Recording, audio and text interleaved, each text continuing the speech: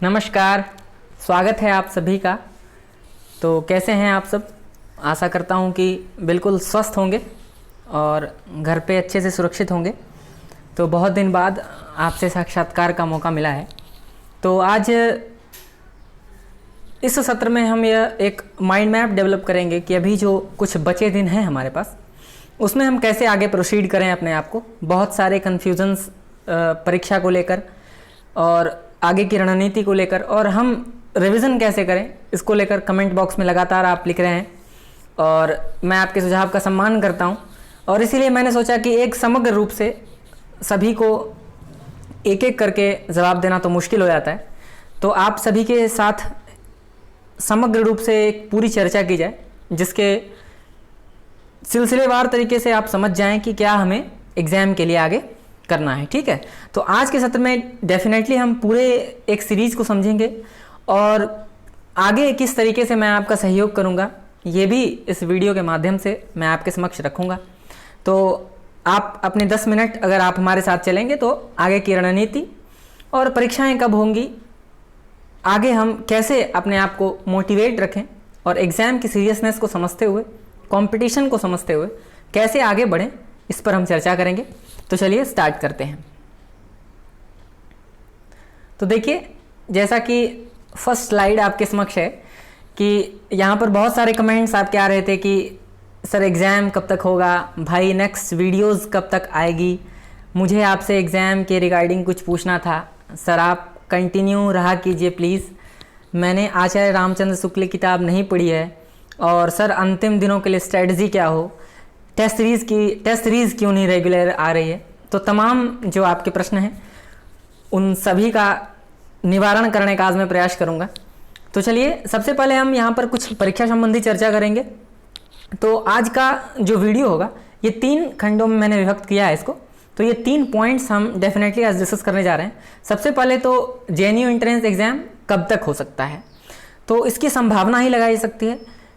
उसके बाद हम आगे की रणनीति तय करेंगे दूसरे स्लाइड में, और उसके बाद how can I help you, मैं आपके लिए क्या कर सकता हूँ। अब मैं आपके लिए क्या करूँगा, मैं रेगुलर नहीं रह पा रहा हूँ तो इसके लिए क्षमा करिएगा। तो और आगे जो मुझसे हो सकेगा मैं आगे आपके लिए क्या करने वाला हूँ इसकी सूचना मैं आपको दूंगा। तो देखिए, एग्ज़ाम कब होगा, तो सब कयास लगा रहे हैं। अभी नीट के एग्ज़ाम को लेकर पूरे भारतवर्ष में क्या हो रहा है, ट्वीट रिट्वीट हो रहा है, तो खेल चल रहा है। तो ट्यूशन कोचिंग माफिया जो हैं वो चाहती हैं कि परीक्षाएं हों, परंतु सबसे महत्वपूर्ण बात जो आपको समझनी है कि परीक्षा बिफोर सुरक्षा को ध्यान में रखना है। क्योंकि जितनी भी परीक्षाएं हो रही हैं, अभी जो परीक्षाएं हुई हैं उसमें कितने भी एसओपीज़ हो, कितनी भी सोशल डिस्टेंसिंग हो, कितनी भी रिक्वायरमेंट्स हो, मास्क हो, सैनिटाइजर्स हो, वाटर बोतल्स हो, बट ये सही है कि जो नवयुवक हैं उनको कोरोना होने की संभावना कम है और उनसे उनकी क्षति भी कम होती है। पर आप समझिए कि अगर सरकार को समझना चाहिए कि अगर बच्चे अभी परीक्षा देने के लिए जाएंगे तो डेफिनेटली उनको कोई दिक्कत नहीं होगी, पर वो जब परीक्षा देकर घर आएंगे तो हम इंडिया में रहते हैं, संयुक्त परिवार में रहते हैं, तो डेफिनेटली हमारे घर में 7-8 मेंबर्स हैं, कुछ वृद्ध भी हैं, तो उनको हम प्रभावित कर सकते हैं, पहली बात। दूसरी बात, जब परीक्षा कराने की जो होड़ एनटीए चला रही है, इसमें सबसे दिक्कत क्या हो रही है फ्रेंड्स कि बिहार जैसे राज्य में अभी बाढ़ का कहर है, ऊपर से वैश्विक महामारी कोरोना ने जकड़ लिया है हम लोगों को। तो कैसे स्टूडेंट्स अपने घर से निकलेंगे, एक तो उनकी तैयारी नहीं हो पा रही, उनके पास स्टडी मटेरियल्स नहीं है, गाइडेंस नहीं है, पढ़ नहीं पा रहे हैं, और परीक्षाओं की तिथि घोषित की जा रही है। तो नीट के लिए पूरे देश भर के सभी हमारे विद्यार्थी ट्विटर पर एक कैंपेन चला रहे हैं कि उनके परीक्षा को जो पोस्टपोन किया जाए कुछ समय के लिए, और मैं भी उन सभी के साथ हूं। और मुझे भी लगता है कि सुरक्षा बहुत ज़रूरी है, जान है तो जहान है।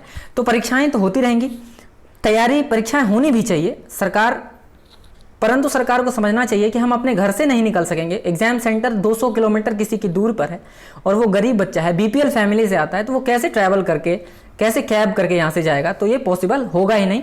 और बाढ़ जैसे क्षेत्र में तो ये समस्या बनी हुई है। तो परीक्षा की संभावना के बारे में आपने एनटीए नोटिफिकेशन रिलीज किया है। डीयूईटी एंट्रेंस एग्जाम के डेट 6 से 11 सितंबर के बीच, यूजीसी नेट की जो परीक्षा होती है उसके डेट्स निकल चुके हैं, 16 से 18, 21 से 25 सितंबर। उसके बाद इग्नू के ओपन मैट के एग्जाम जो MBA के होते हैं उसके एंट्रेंस के डेट निकल चुके हैं। इग्नू के ही PhD एंट्रेंस जो NTA कंडक्ट कराती है उसके डेट्स इग्नू ने NTA ने प्रेस रिलीज के माध्यम से रिलीज कर दिया है पब्लिक डोमेन में। बट फिर भी ये क्वेश्चन है कि JNU का एंट्रेंस एग्जाम कब हो। खुशी की बात है कि अभी JNU के एंट्रेंस एग्जाम की नोटिफिकेशन उस प्रेस रिलीज में नहीं थी। तो अगर आप मुझसे पूछें तो संभावना है कि अक्टूबर में हमारी परीक्षा JNU की हो सकती है।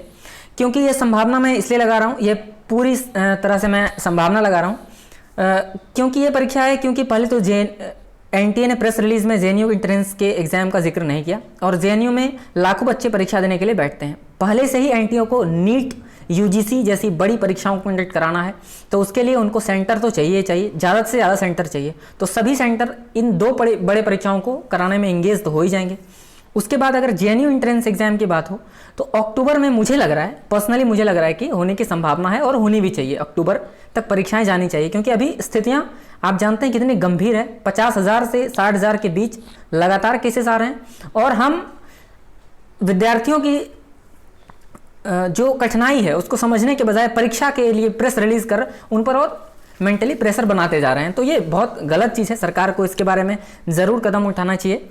तो चलिए, हम एग्ज़ाम के रिगार्डिंग बात मैं इसलिए कर रहा हूँ और एग्ज़ाम देखिए अक्टूबर में होने की संभावना इसलिए है क्योंकि आप ध्यान रखिए कि UPSC की परीक्षा भी प्रिलिमिनरी एग्जाम की परीक्षा है 4 अक्टूबर को। 2 अक्टूबर को गांधी जयंती है, 4 अक्टूबर को UPSC प्रीलिम्स की एग्जाम है। तो आप समझिए कि JNU वैसे तो NTA एग्जाम कराएगी, लेकिन मुझे लगता है कि खास करके UPSC के साथ इसकी परीक्षा तो होने से रही। तो 4 अक्टूबर के बाद हम संभावना लगा सकते हैं कि इसकी परीक्षा हो। वैसे हो सकता है कि सितंबर के लास्ट वीक में हो जाए, परंतु फिर भी मैं कह रहा हूँ कि 4 अक्टूबर के बाद अगर परीक्षाएं हो तो हमारे लिए ज़्यादा अच्छा है और सुरक्षा बहुत अनिवार्य है। तो आप घर पे रहें, सुरक्षित रहें, पर पढ़ाई करते रहें, ठीक है। और ड्यू के जो भी साथी हैं उनके डेट्स आ गए, तो आप अभी अपनी ओर से यही कर सकते हैं कि आप पढ़ाई कर सकते हो। बाकी हम सरकार पे, ट्विटर पे लगातार दबाव बना रहे हैं, सारे यूट्यूब के माध्यम से यूट्यूबर्स ये दबाव बना रहे हैं कि अभी नीट की जो परीक्षाएं हैं वो पोस्टपोन की जाएं क्योंकि सुरक्षा बहुत ज़रूरी है। तो चलिए फर्दर आगे बढ़ते हैं, हम बात चर्चाएं होती रहेंगी। तो आज का जो सेशन है हमारा वो आगे की रणनीति पर डिस्कस है, ठीक है। तो अब हम आगे की रणनीति हमारी क्या हो, अंतिम 30 दिनों की क्या रणनीति हो, इस पर थोड़ा चर्चा करेंगे। तो देखिए, आप इस स्लाइड में देख पा रहे होंगे कि मैंने ये 6 सेगमेंट्स में इसको बांट रखा है। सबसे पहला सेगमेंट है विश्वनाथ त्रिपाठी, दूसरा सेगमेंट है JNU प्रीवियस ईयर क्वेश्चंस, तीसरा NTA नेट JRF के प्रीवियस ईयर क्वेश्चंस, चौथा डेली MCQs एटलीस्ट 100, पांचवा टॉपिक वाइज स्टडी हम करेंगे और छठा टेस्ट। तो प्रत्येक दिन टेस्ट भी अनिवार्य है। तो अगर आप मुझसे पूछें तो मैं कहूँगा कि आप अपनी तैयारी को डिफरेंट स्लॉट्स में डिवाइड कर लेंगे, ठीक है। तो मैंने आपको यहाँ पर 6 घंटे की स्ट्रेटजी अपनी ओर से दी है।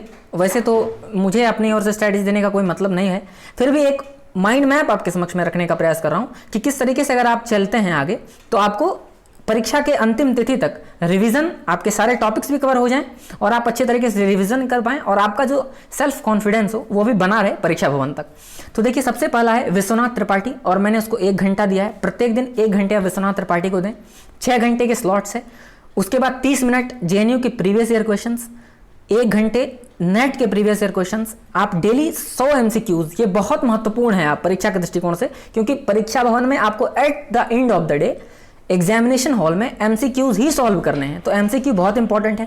फिर मैंने एक टॉपिक वाइज स्टडी प्लान आपके लिए मैं आगे डिस्कस करूंगा और फिर हम टेस्ट जो ऑर्गेनाइज करेंगे उसके बारे में।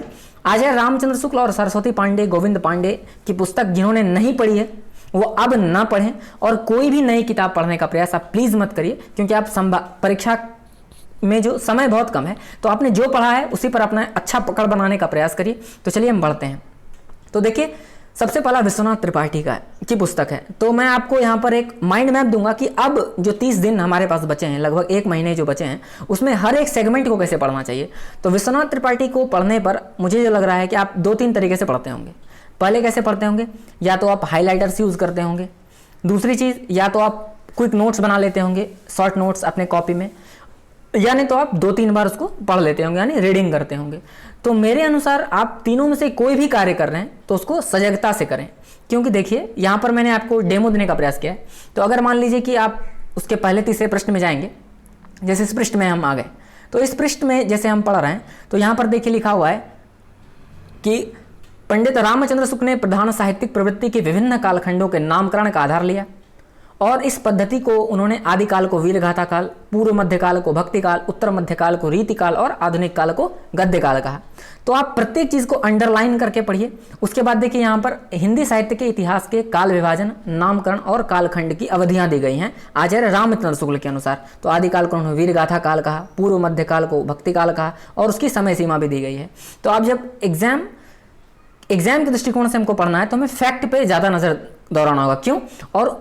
और आप जब इन चीज़ों को पढ़ लें तो या तो आप पेन से अंडरलाइन कर लीजिए, या आप दूसरी चीज़ क्या कर सकते हैं, आप अपने कॉपी के नोटबुक में उसको शॉर्ट नोट्स के तरीके से बना लें। डेमो के लिए मैंने आपके पास ये देखे रखा है कि आप इस प्रकार बना सकते हैं कि आचार्य रामचंद्र शुक्ल काल विभाजन, और आपने चारों काल लिख दिया, उसके बाद उसकी समय सीमा भी नीचे लिख ली। तो आपको रिवीजन में मतलब लगभग 170 पेजेस बनते हैं विश्वनाथ त्रिपाठी में, तो आप लगभग अगर 10 पेज में 15 पेज में समेट लेंगे पूरे किताब को, तो आप एक बार फ्लिप कर सकते हैं परीक्षा से पहले, 1 घंटे के अंदर पूरा किताब पढ़ सकते हैं। तो ठीक है, तो इस प्रकार से अगर आप शॉर्ट नोट्स बना लेंगे और आप देखिए और इस शॉर्ट नोट्स बनाने से क्या होता है, इस पेज से ही 2 प्रश्न हमारे जेएनयू की परीक्षा में आ गया है। एक तो प्रश्न आया था कि आचार्य रामचंद्र शुक्ल ने हिंदी साहित्य के आदि काल को क्या नाम दिया, तो वीरगाथा काल, देखिए पहले ही पृष्ठ पे आपको मिल जाता है।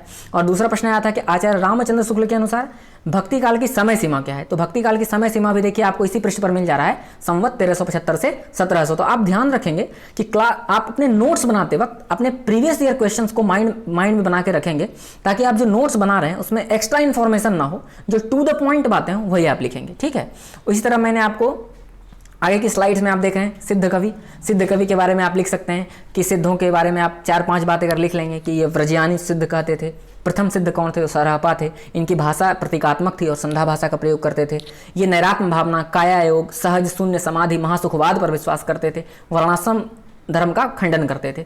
तो इन तमाम जैसे इस तरह से आप मात्र इस पेज से फिर देखिए आपका ये प्रश्न आ गया है 2-3 प्रश्न कि सिद्धों की कौन सी विशेषता नहीं है, ये प्रश्न आया था। फिर संदेश रासक किसकी रचना है, आप देख पा रहे हैं यहाँ संदेश रासक, ये हाईलाइटेड फॉर्म में लिखा हुआ है संदेश रासक अब्दुल रहमान। ठीक है, तो इस प्रकार से अगर आप नोट्स बनाते जाएं, देखिए अमीर खुसरो पर एक प्रसिद्ध पंक्ति आई थी कि गोरी से हुए सेज पर मुख पर डारे केस, किसकी पंक्ति है, तो यहाँ पर देखिए यहाँ साफ साफ लिखा हुआ है अमीर खुसरो 14वीं शताब्दी, और यहाँ देखिए आप पढ़ पा रहे होंगे गोरी सोवे सेज पर मुख पर डारे केस। तो इस प्रकार से आपको छोटे छोटे पॉइंट्स में डिवाइड करके आप नोट्स बना लीजिए तो आपको बहुत फायदा होगा। तो आप अब समझ गए होंगे कि किस प्रकार से विश्वनाथ त्रिपाठी की पुस्तक को पढ़ना है और एक शॉर्ट नोट्स बनाने हैं। देखिए इसमें देखिए कि रीति काल काव्य को 3 भागों में बांटा गया है, रीतिबद्ध, रीति सिद्ध और रीति मुक्त, और सब में क्या दिए गए हैं, उनके ग्रंथकार दिए गए हैं। जैसे कि रीतिबद्ध धारा में केशव, पद्माकर, मतिराम, रीति सिद्ध में आप जानते हैं बिहारी, और रीति मुक्त में घनानंद, बोधा, आलम, इन सब का नाम दिया गया है। और प्रश्न हमारे परीक्षा में आया था, देखिए नोट्स में आप इस प्रकार से इसको ला सकते हैं। और प्रश्न आया था कि रीति मुक्त या स्वच्छंद धारा के कवि कौन है, और डेफिनेटली यहाँ पर लिखा हुआ है साफ साफ घनानंद, बोधा, आलम, ठाकुर। तो इस तरीके से प्रश्न बनते हैं, तो आप अंडरलाइन करके पढ़ें या नोट्स बना के पढ़ें, लेकिन आप विश्वनाथ त्रिपाठी को बार बार पढ़ें। ठीक है, दूसरा जो प्रश्न है हमारा जेएनयू प्रीवियस ईयर क्वेश्चन को लेकर, ये बहुत महत्वपूर्ण है। और जेएनयू प्रीवियस ईयर क्वेश्चंस को मैं आपको बताना चाह रहा हूँ कि मैंने जो सीरीज बनाई है फ्रेंड्स, मैं आपको बता रहा हूँ कि मात्र उस सीरीज से आपको 80 to 85 क्वेश्चंस आपको मिल जाएंगे बस उस सीरीज को देखने से। और वो सीरीज क्या है कि मात्र एक वीडियो अगर आप देखते हैं तो उससे 20 मिनट्स आपको लगेंगे, और मान लीजिए कि आप 8 घंटे उस वीडियो को 8 घंटे आपको लगेंगे पूरे वीडियो देखने में, तो और आपको 8 घंटे में 80 क्वेश्चंस मिल रहे हैं, तो इससे ज़्यादा आपको क्या चाहिए। तो आप रिवीजन करने के लिए बार बार जेएनयू के प्रीवियस ईयर क्वेश्चंस का जो मैंने आपको पूरा वीडियो दिया है, वो एक बार देखने के लिए नहीं दिया है, वो बार बार देखने के लिए दिया है, क्योंकि उसमें बहुत सारे फैक्ट्स दिए गए हैं। देखिए जैसे आपको बता रहा हूँ मैं, देखिए जैसे इस स्लाइड में आप देख पा रहे होंगे कि मैंने अज्ञेय के बारे में जैसे आपको बताया है कि प्रयोगवाद के प्रवर्तक हैं, तार सप्तक, फिर इनका काव्य संग्रह क्या है, कहानी, उपन्यास, इनकी आलोचनात्मक कृति, यात्रा वृत्तांत, लंबी कविता, इनके निबंध रचनाएं, तो तमाम अज्ञे से संबंधित जो भी सूचनाएं हैं वो मैंने एक स्लाइड में आपको रखा। तो आप जब पढ़ेंगे, जब पढ़ेंगे तो आप इससे कनेक्ट कर पाएंगे और आपका रिवीजन भी अच्छे से होगा। तो आप प्रीवियस ईयर क्वेश्चंस जो मैंने डिस्कस किया है वो बहुत महत्वपूर्ण है। मैं आपको फिर कह रहा हूं कि 80 से लेकर 85 सवाल आपके सिर्फ 20 वीडियो देखने से आ जाएगा। तो इससे और अधिक मुझे नहीं लगता है कि लाभप्रद कुछ हो सकता है आपके लिए। और आप विश्वास करिए, उस वीडियो को बार बार देखिए। जब आप रिवीजन कर रहे हो तो आप कान में हेडफोन लगाइए, आराम से उस वीडियो को देखिए, तो आप रिवीजन आपका अच्छा होगा। और आप सोचने की जो आपकी पद्धति है, आप इसमें देख पा रहे हैं अज्ञेय, मुक्तिबोध, धूमिल और नागार्जुन, चारों के विषय में मैंने आगे चर्चा किया है। तो आप चारों पर आप रिवीजन कर। जैसे इस प्रश्न में था कि खंजन नयन उपन्यास, तो इस पर मैंने तुलसीदास के बारे में जो बताया है आपको, तो विस्तार से बताया कि इनके 5 ग्रंथ बड़े, 7 छोटे ग्रंथ। फिर इनके रामचरितमानस के बारे में मैंने बताया है कितने कांड है, इसकी भाषा क्या है, और तुलसीदास के बारे में जो महत्वपूर्ण जानकारी है वो मैंने देने का प्रयास किया है। तो मैं बताना ये चाह रहा हूँ कि आप प्रीवियस ईयर क्वेश्चंस के वीडियो को बार बार देखिए, उससे आपको लाभ मिलेगा। तीसरी जो महत्वपूर्ण चीज़ है, अब समय आ गया है कि नेट जेआरएफ के प्रीवियस ईयर क्वेश्चंस को सॉल्व करने का। पर आपका प्रश्न आ रहा था लगातार कि अच्छा ये बताइए कि नेट जेआरएफ का जो हम प्रश्न सॉल्व करेंगे वो तो एमए के बाद के लिए है, तो हम उसका प्रश्न नेट के प्रश्न को क्यों सॉल्व करें। तो आपका प्रश्न बिल्कुल जायज़ है। दूसरा प्रश्न आपका आ रहा था कि इतने कठिन प्रश्न नेट जेआरएफ में पूछे जाते हैं कि आपको लग रहा है कि ये हमारे एग्जाम के दृष्टिकोण से इंपॉर्टेंट नहीं है, क्योंकि आपने प्रीवियस ईयर क्वेश्चन तो देखा है और आपने देखा कि इस तरीके से इस लेवल पे क्वेश्चन तो नहीं आ रहे हैं। तो इसीलिए मैंने आपको बताने का प्रयास किया है कि नेट जेआरएफ के प्रीवियस ईयर क्वेश्चन जब आप पढ़ेंगे तो कुछ बातों का ध्यान रखिए। जैसे सबसे पहली बात, उसमें कुछ प्रश्न दिए होते हैं, लगभग 15 प्रश्न, जो रचना, ग्रंथ, रचनाकार आदि के सही अनुक्रम वाले प्रश्न होते हैं। तो आप उन प्रश्नों को छोड़ दीजिए। जैसे देखिए, इस प्रश्न को आप देख सकते हैं। उस प्रश्न में क्या होगा कि आपको रचनाकार की सूची दी गई होगी और आपको बताना है कि इन रचनाकार का समय क्या है, कालक्रमानुसार, रचनाकार के अनुसार, ग्रंथ के अनुसार। तो वैसे प्रश्नों को आप छोड़ दीजिए। लेकिन दूसरी बात, वन लाइनर जितने क्वेश्चंस हैं उनको आप आत्मसात कर लीजिए। जैसे कि इस प्रकार ये डेमो मैंने आपके समझ रखा है। देखिए, इसमें प्रश्न है कि सिद्ध हेमचंद्र शब्दानुशासन किस तरह का ग्रंथ है। इस तरह की जो प्रश्न है उसको आप आत्मसात करने का प्रयास किया। मतलब वन लाइनर जो भी क्वेश्चन होंगे नेट जेआरएफ में वो आप करेंगे। दूसरी चीज़, ग्रंथकार, रचनाकार की सही अनुक्रम वाले प्रश्न को बिल्कुल छोड़ दीजिए, आप क्रॉस करेंगे। तीसरी चीज़, 15 से 20 सवाल कथन कारण संबंधित आपको नेट जेआरएफ की परीक्षा में मिलते हैं, जो हमारे परीक्षा के दृष्टिकोण से महत्वपूर्ण नहीं है, तो आप उसको बिल्कुल छोड़ देंगे। उसके बाद सुमेलित कीजिए वाला एक खंड आता है, इसमें कि एक तरफ रचनाकार दी गई होती है और दूसरी तरफ रचना की सूची दी गई होती है। तो उसमें निबंध, नाटक, यात्रा वृत्तांत, मतलब हिंदी साहित्य की जो गद्य विधाएं हैं उनके बारे में वो सुमेलित करने के लिए हमें दिया गया रहता है। तो आप उसको आत्मसात कर लीजिए, तो मेरे हिसाब से आपको बहुत महत्वपूर्ण होगा। तो नेट जेआरएफ में वो करना क्या है कि क्या नहीं पढ़ना है, तो रचनाकार, ग्रंथकार आदि के सही अनुक्रम वाले प्रश्न नहीं पढ़ने हैं, कथन कारण संबंधित प्रश्न नहीं पढ़ना है, कॉम्प्रिहेंशंस नहीं पढ़ने हैं। पढ़ने क्या है, 2 चीज़, वन लाइनर जितने क्वेश्चन है वो पढ़ने हैं और सुमेलित की जो पढ़ना है वही पढ़ना है। तो लगभग मुझे लगता है 30 से 40 क्वेश्चन ही आपको हर वर्ष पढ़ने को मिलेंगे, ठीक है। और मैं आपको बता रहा हूँ कि परीक्षा में 10 से 15 प्रश्न यहाँ से आ जाएंगे, तो आप इसको ज़रूर आत्मसात कर लीजिए।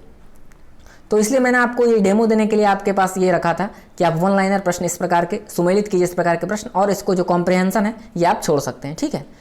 तीसरी चीज़ जो है एमसीक्यू के बारे आती है, क्योंकि परीक्षा में तो हमें एमसीक्यू सॉल्व करना है। तो अब बात है कि हम एमसीक्यू कैसे सॉल्व करेंगे, ठीक है। तो एमसीक्यू सॉल्व करने का सबसे अच्छा तरीका क्या है, आप सपोज करिए कि कोई क्वेश्चन आपको मिला, ठीक है। तो कोई क्वेश्चन जब आपको मिला, जब कोई प्रश्न आप देखते हैं तो 4 कंडीशन हो सकता है। या तो आप उस क्वेश्चन को जानेंगे, 100% श्योर हैं, तो टाइप 1 हो गया। दूसरे टाइप में या तो आप 2 ऑप्शन को एलिमिनेट कर पा रहे हैं और आपको किसी 2 में कन्फ्यूजन हो रहा है, तो आप 50-50 श्योर हैं कि या तो 50 गलत होगा या 50 सही होगा। तीसरे टाइप का क्वेश्चन है कि आप एक ही ऑप्शन को एलिमिनेट कर पा रहे हैं और 3 में अटक जा रहे हैं। और चौथा होगा कि कोई ऐसा प्रश्न आ जाएगा आपके समक्ष जो आप जानते ही नहीं हैं। जैसे मैं आपको यहाँ पर एग्जाम्पल देके समझाना चाह रहा हूँ कि ये देखिए यहाँ पर, जैसे कि टाइप 1 का जो क्वेश्चन है, तो मैंने टाइप 1 क्वेश्चन में रखा है कि रामचरितमानस में कांडों की संख्या कितनी है। तो मान लीजिए आप 100% श्योर हैं कि रामचरितमानस में कांडों की संख्या 7 है। तो उसका कोड क्या हुआ है, उसका कोड होगा, आप एक टिक करेंगे उस क्वेश्चन पे। देखिए यहाँ पर मैंने कोड बताया है कि अगर आप 100% श्योर हों, जब आप एमसीक्यू सॉल्व करेंगे घर में, मैंने आपको कुछ देर पहले बताया था कि अब आपको प्रत्येक दिन 100 एमसीक्यू सॉल्व करने हैं। तो 100 एमसीक्यू जो सॉल्व करना है, तो प्रत्येक एमसीक्यू में ये फॉर्मूला लागू होगा। कैसे, जब आप क्वेश्चन देखेंगे तो या तो आप 100% श्योर होंगे, 100% जब श्योर होंगे तो आप एक टिक करेंगे, ठीक है। जैसे रामचरितमानस में कांडों की संख्या कितनी है, आप जानते हैं 7 है, तो आप एक तो आंसर लगाएंगे और क्वेश्चन के ऊपर एक टिक कर लेंगे, यानी मैं 100% श्योर था।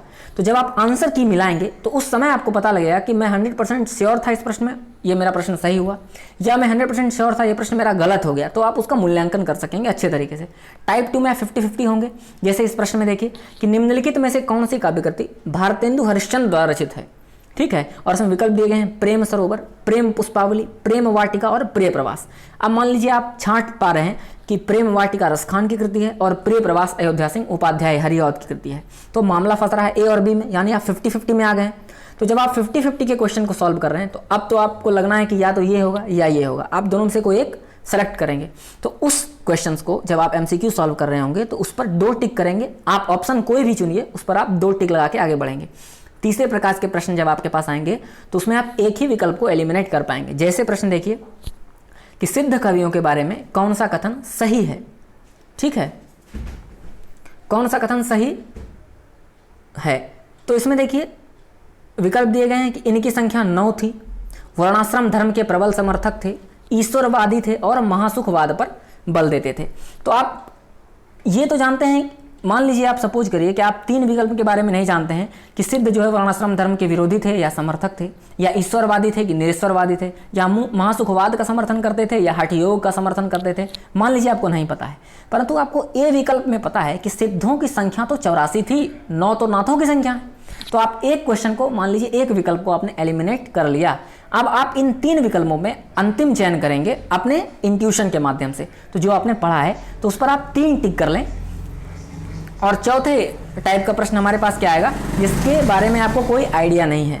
तो जैसे इस प्रश्न स्लाइड में है, हो सकता है आप सभी, मुझे पता है कि जानते हो, सिर्फ मैंने डेमो के लिए प्रश्न रखा है कि मान लीजिए इस प्रश्न के बारे में आपको कोई आइडिया नहीं है, तो कवि कर्म और काव्य भाषा किस आलोचक की समीक्षा करती है। मान लीजिए आपको नहीं आता है, तो आपको नो आइडिया है। तो जब आप एमसीक्यू घर पे सॉल्व कर रहे हैं तो उस पर क्रॉस कर लीजिए। प्रश्न पर आपको विकल्प का चुनाव जरूर करना है, क्योंकि जेएनयू में माइनस मार्किंग नहीं है। तो आपको इंट्यूशन से मार्क करना है, पर आपको आइडिया तो बिल्कुल भी नहीं है। तो क्या करेंगे, आप मार्क करेंगे, पर उस प्रश्न के ऊपर साइड में क्रॉस लगा देंगे कि इस प्रश्न का उत्तर मुझे नहीं आता था, मैंने अपने इंट्यूशन से या मैंने जो पढ़ा है उसके आधार पर मैंने इस पर मार्क किया। तो नो आइडिया इस प्रश्न पर है। तो आप जिस भी भगवान को मानते हैं, ईश्वर को मानते हैं, गॉड को मानते हैं, अल्लाह को मानते हैं, उसका नाम लेकर आपको टिक कर लेना है, लेकिन कोड लिखना है क्रॉस, ठीक है। तो आप एमसीक्यू समझ गए। 4 तरीके से आपको किसी प्रश्न को हल करना है, या तो आप 100% श्योर हैं, या 50-50 हैं, या एक प्रश्न को एलिमिनेट कर पा रहे हैं, एक विकल्प को, या आपको कोई आइडिया नहीं है। ये एमसीक्यू सॉल्व करने वक्त इन बातों का आप ध्यान रखिए। चलिए बढ़ते हैं आगे। वीडियो थोड़ी लंबी हो ही जा रही है, क्योंकि मुझे कॉम्प्रिहेंसिवली आपसे बात करनी थी और आपको समझाना भी था कि अब हम लोग मिल के आगे कैसे बढ़ें। तो इसके लिए मैं थोड़ी वीडियो लंबी हो जाएगी। तो बहरहाल, तो देखिए आगे जो है हम टॉपिक वाइज डिस्कस कर रहे हैं। तो देखिए मैंने जो है सभी टॉपिक्स को एक जगह मर्ज किया है, और आप देख पा रहे होंगे यहाँ पर हिंदी साहित्य का इतिहास, गद्य साहित्य, भाषा विज्ञान, भारतीय काव्य शास्त्र, पाश्चात्य काव्य शास्त्र, विविध और नेट जेआरएफ। तो इसको मैंने 6 भागों में बांट लिया है। तो टॉपिक वाइज स्टडी जो मैं आपको बताना चाह रहा हूँ कि 31 टॉपिक को मैंने पूरे सिलेबस को 31 टॉपिक में बांटा है, ठीक है। अब हमारे पास लगभग इतने ही दिन हैं, 30-31 दिन, इससे ज़्यादा तो बनते नहीं हैं दिन। तो टॉपिक वाइज स्टडीज़ भी आप डेली करेंगे। तो टॉपिक वाइज स्टडी में क्या करेंगे, तो देखिए 31 टॉपिक्स आपके पास हैं, और ये टॉपिक्स जो स्लाइड में आपको दिख रहा है, ये देखिए आप ये टॉपिक को देख पा रहे होंगे। इन टॉपिक्स जो आपका सिलेबस भी है, तो इसीलिए मैंने आपके लिए यहाँ पर रखा है। तो आप 31 दिन में प्रत्येक दिन एक एक टॉपिक के लिए बांट लें। यानी हिंदी साहित्य के इतिहास में 13 टॉपिक्स हैं, समझ लीजिए, सपोज करिए।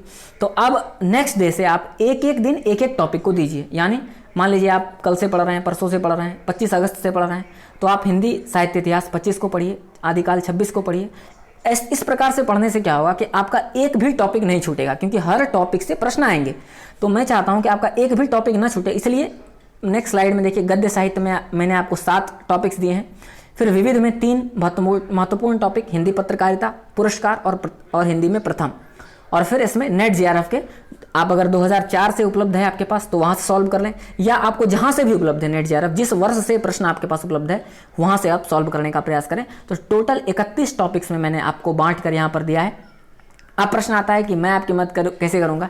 तो सबसे पहले जो जेएनयू प्रीवियस ईयर क्वेश्चन की सीरीज अटकी हुई है उसको मैं पूरा करूंगा। दूसरी चीज़ जो है, ड्यू के परीक्षा की तिथि घोषित हो गई है, तो उसके प्रीवियस ईयर क्वेश्चंस को मैं विस्तार से चर्चा आपके समक्ष करूंगा, वो आपके लिए बहुत लाभदायक होगा। और ड्यू के जो भी हमारे स्टूडेंट्स उस सीरीज़ को देखेंगे तो मैं आपको वादा करता हूं कि 80+ क्वेश्चंस जो आने वाले हैं परीक्षा में उसको हम टैकल कर लेंगे। और वो वीडियो की टाइमिंग 9 बजे सुबह मैं प्रयास करूंगा कि आपके समक्ष दे सकूं। उसके बाद हम टॉपिक वाइज टेस्ट, अभी कुछ देर पहले मैंने आपको टॉपिक वाइज पढ़ने के लिए बताया है, ठीक है, यहाँ पर आप देख पा रहे हैं। तो इसी टॉपिक वाइज जब आप पढ़ेंगे तो इसको मॉनिटर करने के लिए कि आप पढ़ रहे हैं कि नहीं टॉपिक वाइज, मैंने क्या किया है कि मैं टॉपिक वाइज आपको प्रत्येक दिन टेस्ट लूँगा और उसके बाद हम परीक्षा से 7 दिन पूर्व हम आपके साथ जुड़ेंगे और उसके बाद हम face to face test series करेंगे। वो बहुत आनंददायक होगा, मुझे पूरा भरोसा है। तो टॉपिक वाइज टेस्ट और परीक्षा से 7 दिन पूर्व हम लाइव टेस्ट आपके समक्ष करेंगे। तो टॉपिक वाइज टेस्ट की ये कुछ शेड्यूल मैं आपके समक्ष दे रहा हूँ। मैं आपको एक चीज़ बताना चाहता हूँ कि जब टॉपिक वाइज हम टेस्ट करेंगे तो सपोज करिए कि मैं 100 क्वेश्चंस हाथ से लिखता हूँ, क्योंकि मेरे पास बहुत सारे रिसोर्सेस हैं और मैं चाहता हूँ कि उससे मैं छाँक कर आपको दूँ। जैसे कि आप रिसोर्सेस देखना चाहें तो ये देखिए मेरे पास ये कुछ रिसोर्सेस रखी हुई है। जैसे ये एरिहंत की बुक है, ये देखिए एरिहंत की पुस्तक है, ये नेट जेआरएफ की पुस्तक है। दूसरी पुस्तक ये देखिए आप, नेट जेआरएफ की पुस्तक है, प्रतियोगिता साहित्य की है। ये नेट जेआरएफ की पुस्तक है, ये प्रीवियस ईयर क्वेश्चंस की पुस्तक, ये दृष्टि की जो बुक आई है नई वाली बुकलेट उसकी पुस्तक है, और ये उपकार प्रकाशन की पुस्तक है। मुझे पता है कि आपको इन सभी पुस्तकों को खरीदने की ज़रूरत नहीं है, इसीलिए मैंने खरीद के रखा है कि मैं आपको इन सभी से जो महत्वपूर्ण प्रश्न है उससे दे सकूं। थ्योरी के लिए जो मैं एक्सप्लेनेशंस आपके समक्ष करता हूं, तो आप सभी भी दृष्टि के बुकलेट्स, मुझे पता है कि आप भी रिकमेंड करते हो या इससे भी पढ़ रहे होंगे दृष्टि के बुकलेट से, मुझे पता नहीं। और ये बहुत महत्वपूर्ण किताब है, आचार्य रामचंद्र शुक्ल की पुस्तक या कुमुद राय की जो पुस्तक है। बहुत सारी पुस्तकें जो मेरे पास हैं, इनसे मैं आप हिंदी साहित्य की जो पुस्तकें हैं इनसे मैं आपको नोट्स बना करके जो मैं वीडियोस में देता हूँ, इन्हीं सभी पुस्तकों को रेफर करता हूँ और आपको नोट्स बना के देता हूँ। तो लगभग 10 से 15 बुक्स हैं और मेरे पास कुछ पेड पीडीएफ्स भी हैं जिसके माध्यम से मैं आपके समक्ष प्रश्न लेकर वहाँ से चुन कर लाता हूँ। तो बोलने का यह अर्थ है कि आप टेस्ट जब दीजिए, सपोज करिए कि मैं जब 100 क्वेश्चन बनाता हूँ तो एक क्वेश्चन बनाने में 1 मिनट तो लगते हैं, तो लगभग 100 क्वेश्चन बनाने में 100 मिनट तो लग जाते हैं। उनको रिकॉर्ड करने में लगभग 30 से 35 मिनट तो लग ही जाता है। तो एक क्वेश्चन बनाने में मुझे 3 घंटे लगते हैं एक वीडियो बनाने में, और आपको वो 30 मिनट में पहुंचता है। तो 3 घंटे का वीडियो आपके पास 30 मिनट में पहुंचता है। तो आपसे यही उम्मीद है कि आप इस टाइम शेड्यूल को फॉलो करेंगे। और टेस्ट की शेड्यूल जैसे देखिए, सीरियल नंबर दिया हुआ है, डेट ऑफ टेस्ट दिया हुआ है, टाइमिंग 9 बजे रात्रि टेस्ट की होगी, और ये सारे टॉपिक्स दिए गए हैं। यहाँ पर आप इसको ध्यानपूर्वक देख लेंगे। कमेंट बॉक्स में हम इसकी पीडीएफ दे देंगे आपको शेड्यूल की। तो इस प्रकार से शेड्यूल चलेगी। एक बात का आप ध्यान रखिए, बहुत जगह टेस्ट पेड हो रहा है और बहुत जगह लोग 250, 300, 500 कुछ भी ले रहे हैं। तो मुझे पता है कि आप फ्री जो मिलता है उसका सम्मान करना लोग नहीं जानते हैं। तो आप इस टेस्ट का सम्मान करेंगे, क्योंकि मैं बहुत मेहनत से आपके लिए ये टेस्ट लिखने जा रहा हूँ और प्रत्येक दिन 100 प्रश्न लिखूंगा, यानी 3 से 4 घंटे आपके लिए मैं डिवोट करने जा रहा हूँ फुल्ली। तो इस शेड्यूल के साथ आप टेस्ट देंगे। और आप देख पा रहे होंगे यहाँ पर 23 सितंबर को हमारे ये पूरा टेस्ट का जो सीरीज़ पूरा होगा, उसके बाद हम लाइव टेस्ट करेंगे आपके साथ। तो ये सीरीज़ हमारे 23 सितंबर तक चलेगा। ये टेस्ट सीरीज़ इसलिए मैंने रखा है क्योंकि आप टॉपिक वाइज जब पढ़ें तो रोज़ आप पढ़ें और आप रात को टेस्ट दें, इसीलिए मैंने ये सीरीज़ रखी है। तो चलिए, बहुत बहुत शुभकामनाएं आप सभी को। आपके बहुत सारे क्वेरीज़ हैं, लेकिन मैंने अपनी बात आपके समक्ष रखी। मेरे पास बहुत सारे ढेर सारे रिसोर्सेस हैं जिससे मैं आपके समक्ष टेस्ट लाता रहूँगा। सरस्वती पांडे, गोविंद पांडे, विश्वनाथ त्रिपाठी की पुस्तक, या आप जो भी रिसोर्स फॉलो कर रहे हैं, आप कोई नया रिसोर्स फॉलो मत करिए। रिवीजन पर ध्यान दीजिए और MCQs लगातार सॉल्व करिए, क्योंकि परीक्षा में आपको MCQ सॉल्व ही करना है। तो चलिए, आज के लिए इतना ही। हम नेक्स्ट वीडियो में आपको टेस्ट की वीडियो में मिलेंगे। आप टिप्पणी बॉक्स में मुझसे बताइए कि अगर आपको इस वीडियो में कुछ संशोधन की आवश्यकता है, क्योंकि आपसे ही हम हैं। तो चलिए, आज के लिए इतना ही। नमस्कार, स्टे सेफ, स्टे होम।